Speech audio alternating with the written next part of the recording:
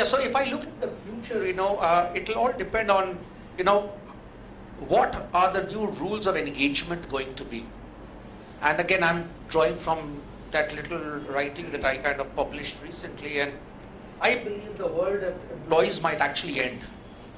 The world of lifelong employment is going to end. So how does HR really become more a project manager? How are you able to assemble and disengage, the kind of skill sets, people, talent, rather than do a 35-year career planning? I don't even know whether careers in the classical sense will sustain itself. Careers are going to be a lot more internal than external. People will decide what they want to do. At the end of the day, it doesn't matter whether you spent 3 years or 5 years or 10 years, what did you do in that time? So I think a lot of what HR will need to do is really going to be about helping people attain what I call self-fulfillment, and in the process help organization achieve its realities and its business outcome. The same question for you. Of course, you've been on the line side. However, you've dealt with experienced HR folks in different shades and colors. In our country, there are two subjects on which everybody is an expert. One is cricket. Everybody is an expert. The other one is HR. And the sad thing is that although everybody considers themselves, that when it comes to actual implementation of HR practices in most companies, there is a huge shortage of knowledge and talent. And I was reading your book, Aparna, and in many ways some of the stuff that you've written there is something that business managers should read, not just HR people. In fact, the CHRO should be the CEO. And HR should be a partner to the CEO. And not just in managing change and being a business partner, but in creating competitive advantage. Because we talk about various issues of differentiation, we all know how we work out strategies and so on. It's all about differentiation. But the key differentiation is people. And people don't understand this. Eventually, there's a saying which I read the other day, saying that HR is the last bastion of bureaucracy. Okay. and somehow in to fall. What is going to change?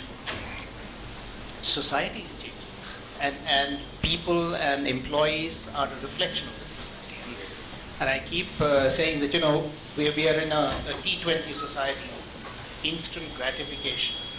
People want to move from one subject to another, and the question that's quite often asked is, what have you done for me lately? Okay, how do you manage all that? And it's reality. So for companies, for HR professionals, for CEOs to understand that society is changing and therefore employees are changing, and therefore cannot have any hard and fast rules to manage people and to empower people, is something which is very important. You've talked about competencies and so on in your book. How do you work out the competencies of the future? Quite often, many companies sit down and do competency mapping, but it's with history and with whatever you know. But the fact is, every job is changing. The job of a factory manager is already changed. It's no longer just managing the factory. But nobody looks at it from that point of view, that society is changing and therefore and unless it sits there in the center of a company strategy, unless it is given complete commitment by the CEO, you will never get that differentiation. Appreciate that. And Adil? So what I believe is the real role of HR. One of the most important roles, I think in the contemporary changing times, the first and the most important role of HR is to be the partner in creating monetizable value. The entire purpose in a changing environment, in an economically very active situation in which businesses find themselves in our famous term called VUCA times, is that the purpose of business is to create surplus cash and monetizable value.